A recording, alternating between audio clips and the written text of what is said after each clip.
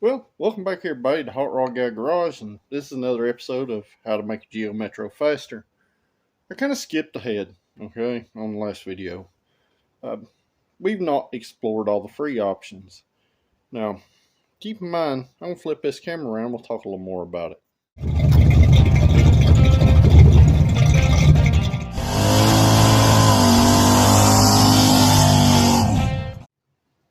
And alright, one of the things I just kind of completely skipped over after the first video was weight reduction.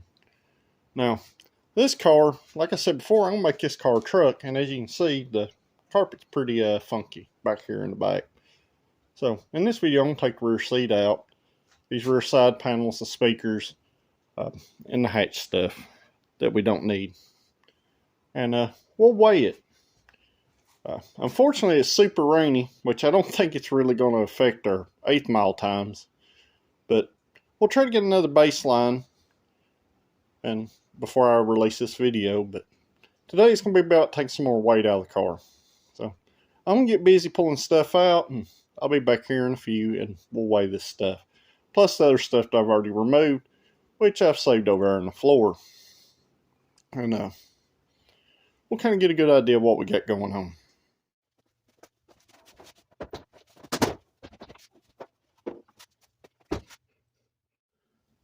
Alright guys, I got the upper back out.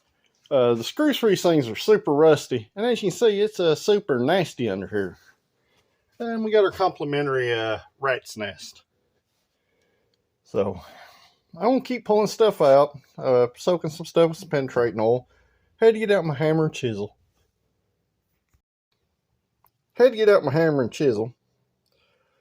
And I'm just taking stuff apart. As you can see, the interior in this thing is not super nice.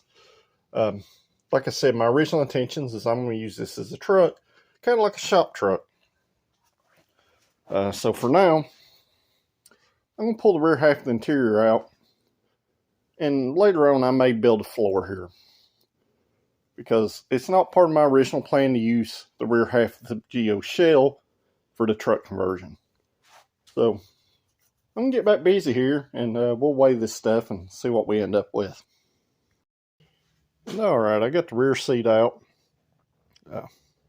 So I take the seat belts out and these rear side panels and the rear most seat belts and the speakers. Made a little mouse hotel out. Luckily it didn't have nothing in it. Hopefully there's nothing in the car. The front half of the car is reasonably clean except for the passenger side rear carpet back here. Not in good shape. And that's why I've kind of made the decision to do this. As you see the rear side panel, somebody's busted them out of the speakers, and the top corner, this one's gone. This car, the story here, I'm just trying to save it, guys. It's never going to be a super nice car, so we're going to make it a race car and then a small truck. So we'll see how that stuff goes. But I'm going to keep tearing stuff apart, and I'll be back here in just a few. And alright guys, you remember I said we were going to get a little more advanced stuff. This is one of them advanced things. I'm in here, I'm simply removing this asphalt sound deadener from the rear of the car. Really for me this is a waste of time because, like I said before, I'm going to cut the back half of this car off eventually. But for now, for our video purposes, I'm going to go in here and I'm going to remove this stuff. And just for weight purposes. This asphalt sound deadening is pretty heavy in a hole. Big thing is, as you can see, we got some rust here. And we got some crusty stuff down here. Usually when you get crusty stuff, this stuff comes off like super easy. Basically how I've been removing it over here. Over the years, it don't stick real well anymore. So some people heat this stuff up. I found if it's been wet a few times, it comes right off. So I'm going to get to removing this.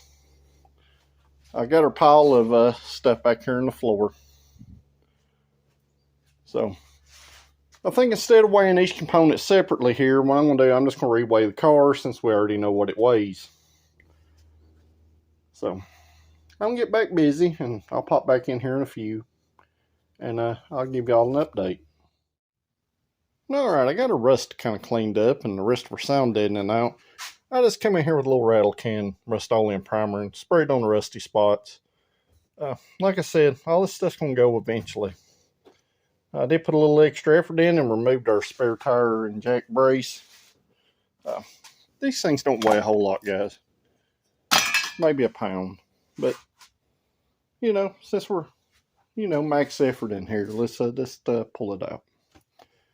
If you notice, I didn't remove the brace right here.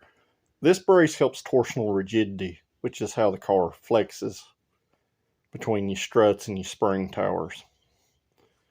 Always a good idea to leave that.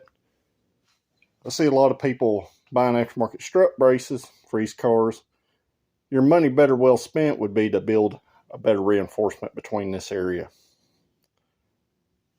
But just a helpful tip, guys. Waiting on paint to dry. I'll be back here in just a few. And while I'm sitting here waiting on paint to dry, because I'm also waiting on parts for other stuff here at the shop, let me flip the camera around. I told y'all we were going to go to some more serious mods with this car, and I'm going to show you one of them right now. You'll probably never see another one of these. So, since this pertains to Project Fritro here, I'm going to show this to you. This was an intake I'd built for my 94 at that time, when it was turboed with a blow-through 2-barrel. It's a stock intake that has been severely ported. Let's just put it that way. It could go some more, and it's going to go some more. I brought this to the shop because I'm deciding if I'm going to weld this 2-barrel spacer back on, or if I'm just going to go ahead and put a 4-barrel spacer on it. But either way, a lot of y'all are scared to do stuff like this. This is stock intake, guys. This is just a cheap Mr. Gasket adapter. The bolts almost line up with the throttle body bolts. Sometimes you just gotta get creative. So, this is one of the things coming from Project Fritro. And I also picked up my extra filled 3-cylinder block. So, if you're wondering how serious things are going to get later on, they're going to get pretty serious. So, let's check and see if our paint's dried yet. And then we'll get this thing back up on the rack and get it on the scales. And as you can see, I also ran a pipe out the side because it was way too loud in the car for me. But I can still see our paint still shiny and wet. So, it's going to take a little while because it's wet and humid today. Not necessarily cold. So, I'll get this thing back up on the rack and we'll get it on the scales. So, while I'm doing that, make sure you like this video, share it with your friends, and most importantly, subscribe. And if you got any guesses on how much weight we saved over our initial baseline video, drop it down in the comments below. I'd like to hear what your answers are, because we're fixing to find out. And alright guys, we're sitting on scales. I got them zeroed out. As you can see here, we're not sitting on the rack. The rack is actually, you can see the rack on the floor. So, I'm super curious because the car definitely got a case of the sitting highs in the back.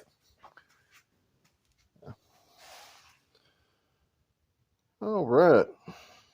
Looks like we're about 1,582 pounds. And the car does have about 3/4 of a tank of fuel in it. So, I'll be back. I'm going to do the math and we'll see how much weight we gained. Or lost. We sure didn't gain any. And alright guys, I sat here and I done the math. I went back to our baseline weight, which was 1,701 pounds. When I removed all the AC stuff from the car, it brought us down to 1,680 pounds. And then I removed the spare tire, which it did have a full-size spare tire and a lug wrench and a little small jack, which brought us down to 1,664 pounds. Well, now we're at 1,587 pounds. So we've lost a total, just in what little weight reduction we've done, we've lost 114 pounds from the car. This round of weight reduction Now, this is going to surprise some of y'all, and it surprised me. Removing the rear seat belts, the rear speakers and mounts, uh, the rear hatch plastics, including the one on the hatch, and the third brake light, and, a couple of small rat's nests and some little trashy stuff, and that asphalt cylinder, didn't it? This last round, we just lost 77 pounds from this car. As you know, before, we gained big when we lost 38 pounds. So, stay tuned, and let's see what 77 pounds does. See, the good thing about taking weight off the rear of a front-wheel drive car, it actually helps traction. Not that we have traction problems because we're an automatic. On a 5-speed car, it would definitely help, because when your rear end comes up, it makes the springs stiffer, and the car has less of a tendency to squat in the back and unload front tires. So, enough rambling on in this video. Stay tuned. We'll see the results, and let's see what happens, guys.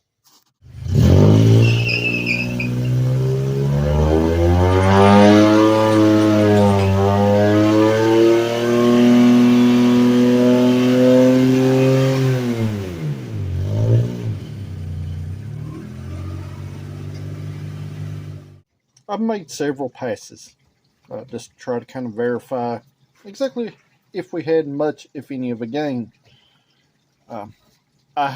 It has picked up an 1/8 mile. The first pass I made, which was this morning, it ran a 13:18 an 1/8 mile, which is about 800ths faster than what it ran before. Now, on the way home, I did make another run.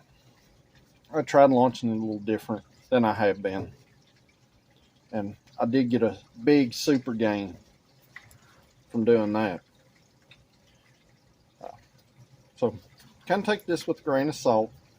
I did get the car to go at 1270 an 1/8 mile at almost 56 miles an hour. It was 55.9, which seems more in line with our weight loss, that the 77 pounds. From this point, I'm going to drop both these in this video. So either way, the weight reduction was worth it. We did pick up either way. So at this point, our next mod, I'm going to 2-barrel swap the car. And we'll get a little more into that on our next video. But if you haven't liked this video, make sure you hit that like button, share it with your friends, and most importantly, subscribe. And stay tuned, because over here, you're going to see the results. And I'll see you tomorrow.